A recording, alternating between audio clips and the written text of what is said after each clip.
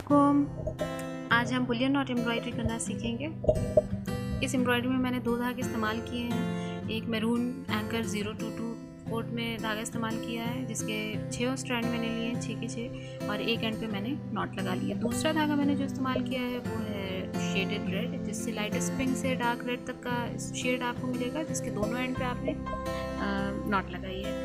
अब आते हैं एम्ब्रॉयडरी के प्रोसेस में। आपने एक एंड से, जो आपने रोज़ का दायरा बना उसके एक एंड से आपने एम्ब्रॉयडरी स्टार्ट करनी है। थोड़ा सा फैब्रिक आपने अपनी सुई में उठाना है। उसके बाद आपको 6 दफ़ा सुई में धागा इस तरीके से घुमाना है। लपेटने के बाद आप उस धागे को उतार लें और टाइट कर लें अपने दूसरे हाथ से और फिक्स कर लें।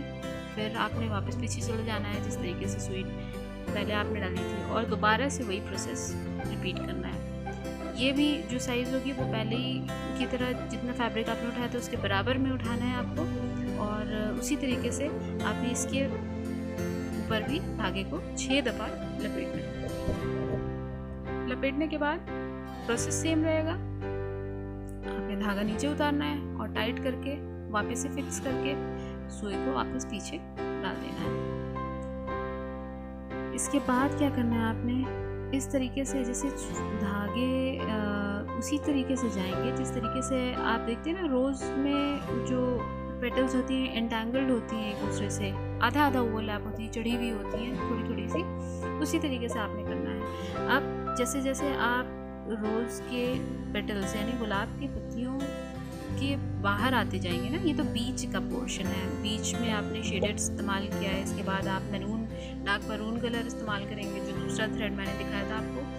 तो जैसे जैसे आप बाहर की तरफ आते हैं, बीच में से बाहर की तरफ आते जा रहे हैं आप, जैसे जैसे आपकी एम्ब्रॉयडरी होती जा रही है आप बाहर की तरफ निकलते जा रहे हैं। तो आपने देखा है ना रोज़ में अंदर की तरफ छोटी पत्तियाँ होती हैं, बाहर की तरफ बड़ी पत्तियाँ होती जाती हैं। जैसे जैसे बाहर पत्तियाँ आप तोड़ेंगे तो आपको दिखाई देगा। तो उसी तरीके से आपने करना अच्छा, और जैसे जैसे आप बाहर आते जाएंगे तो आपकी पत्तियों की जो साइज़ होगी ना वो बढ़ती जाएगी, और जैसे जैसे आपकी पत्ती की साइज़ बढ़ेगी उसी हिसाब से आपने धागे को सुई में लपेटना है। यानी कि सबसे पहले सबसे छोटी जो पत्ती मैंने बनाई थी उसमें आपने 6 दफ़ा लपेटा था धागे को, तो इस दफ़ा आपने आप जितनी पत्तियां बनाते जाएंगे 2-2 दफ़ा आप बढ़ाते जाएं, 1 दफ़ा 2 दफ़ा इस तरीके से करते जाएं, आप बढ़ाते जाएं। एक अंदाज़ मैंने बताया कि सबसे छोटी जो पत्ती मैंने बनाई उसको 6 दफ़ा लपेटा था, और फिर आप 8 दफ़ा लपेटे, उससे थोड़ी सी ज़्यादा फैब्रिक लेंगे तो उसके बाद फिर आपने उससे ज़्यादा फैब्रिक लेना है तो आप 10 दफ़ा लपेटेंगे। देखें आप एकाएक से आप बढ़ाएंगे अगर ना, मैं इस चीज़ पे ध्यान देने की बात कह रही हूँ कि आप एकाएक से अगर बढ़ा दिए, 6 दफ़ा लपेटा, दूसरी या तीसरी स्ट्रैंड जब आप बना रहे हैं ना तो आपने और ज़्यादा बार लपेट दिया, मतलब 10 दफ़ा लपेट दिया, 6 के बाद 10 कर दिया, तो क्या होगा कि ऐसे तो नहीं होता ना रोज़ में कि एकाएक से जो है छोटी पत्ती उसके बाद से बड़ी पत्ती आ जाए, तो वो अच्छा नहीं लगेगा और आपका लुक जो है बिल्कुल ख़राब हो जाएगा। तो पहले मैंने शेडेड रेड कलर के धागे से इस तरीके से एम्ब्रॉयडरी की थी। अब दोबारा जो मैं इसमें एम्ब्रॉयडरी करने लगी हूँ वो है दूसरे थ्रेड को मैंने इस्तेमाल किया, मैरून वाले थ्रेड को, और जहाँ पे मैंने एंड किया था पहले वाले धागे को, और उसी तरीके से दूसरा धागा हमने एकदम सटा के लगाना है कि मतलब बीच में ना उसके जो मैंने एम्ब्रॉयडरी करती जा रही ना उसके बीच में गैप ना रहे, आपको इस बात का ध्यान देना है। और पत्तियाँ एक के ऊपर एक हल्का हल्का सा चढ़ा चढ़ा के आपने बनाना है, तो वो एंटेंगल्ड रहती हैं पत्तियाँ और देख के भी बड़ी प्यारी लगती है। जब डिज़ाइन कंप्लीट होती है और आप अपना रोज़ एम्ब्रॉयडरी करना कंप्लीट करते हैं और उसके बाद जब आप देखते हैं ना बहुत प्यारा लगता है। अच्छा देखिए, जो फर्स्ट पत्ती मैंने बनाई थी और जो अभी मैं बना रही हूँ उसकी साइज़ में आपको फ़र्क समझ आ रहा है? तो जो साइज़ का डिफरेंस है ना उसी के मुताबिक आपने धागे को सुई में लपेटना है।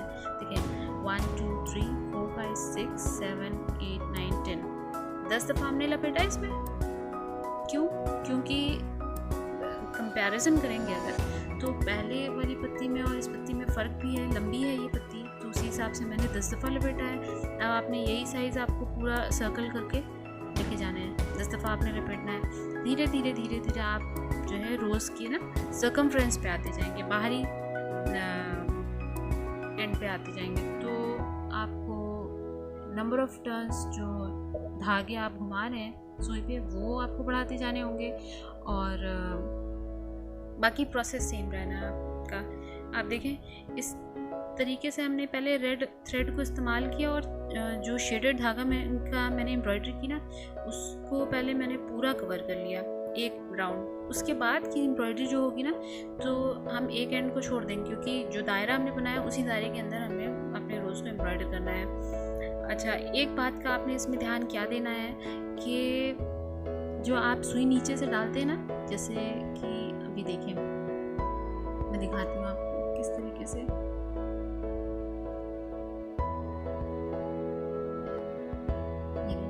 ये धागा आपने इस तरीके से आपने फैब्रिक उठाया, ये अब आप आपकी फिंगर जो है ना सुई के पीछे लगा लें, जिससे क्या होता है कि सुई जो होती है ना स्टेबल होती है, और आप जब धागा उसमें घुमा के उसको धागे से लपेट रहे होते हैं ना, तो वो इजी होता है। और धागा जो होता है वो एक के ऊपर एक चढ़ता भी नहीं है। तो जब आप उसको खींचते हैं ना धागे को दूसरे धागे में पहनाने के लिए इस तरीके से, तो वो बड़ा ईजी हो जाता है।